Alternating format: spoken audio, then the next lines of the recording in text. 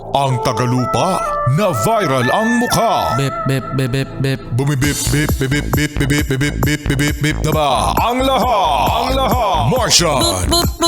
Enrico Pañero. Bip, bip, bip, bip, bip. Bip, bip, bip, bip, bip, bip, bip.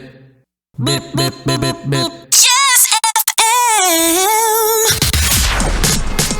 Beep, beep, beep, beep, beep. Umaga.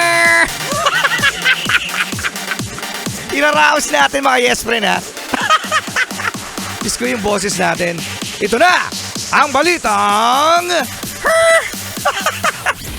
Eto sa mga yes friend natin dyan mahilig sa zoo. Yan. Kayo ba ay mahilig sa panda?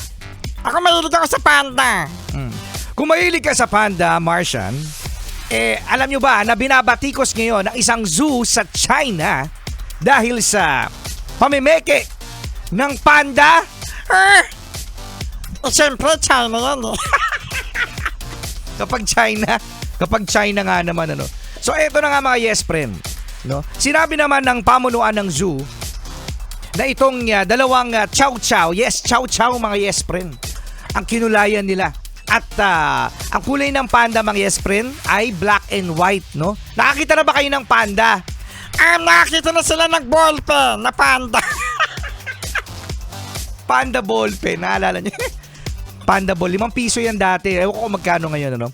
Tapos ngayon mga yes friend, syempre, ginawa lang daw ito ng otoridad ng zoo dahil sa, grabe, para makapaghimok ng mga crowd, no? Para magkaroon sila ng mas maraming attraction at maraming audience sa kanilang zoo. Yan, isabihin ay business pa rin.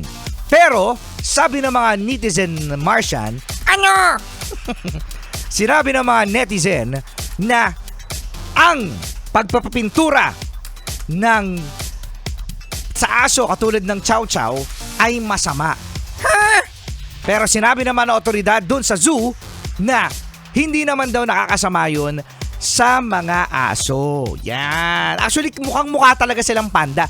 Ang panda lang mga yes friend tumatayo, mas mataba. Pero kung titingnan natin, itong mga chow-chow na kinulayan ng black and white, mukha talagang chow-chow sa umpisa. No? Pero kung makikita mo yung galaw nila, yung paglakad, yung pagtakbo, hindi talaga chow-chow no? Tsaka, ito pa mga yes friend, ano? Naalala nyo ba yung mga bata? Hanggang ngayon ba mayroong mga sisiw? Yung mga sisiw na ginagawa ng binubuhusan ng pintura. Kulay pink? Kulay pink. Oo nga, kulay pink.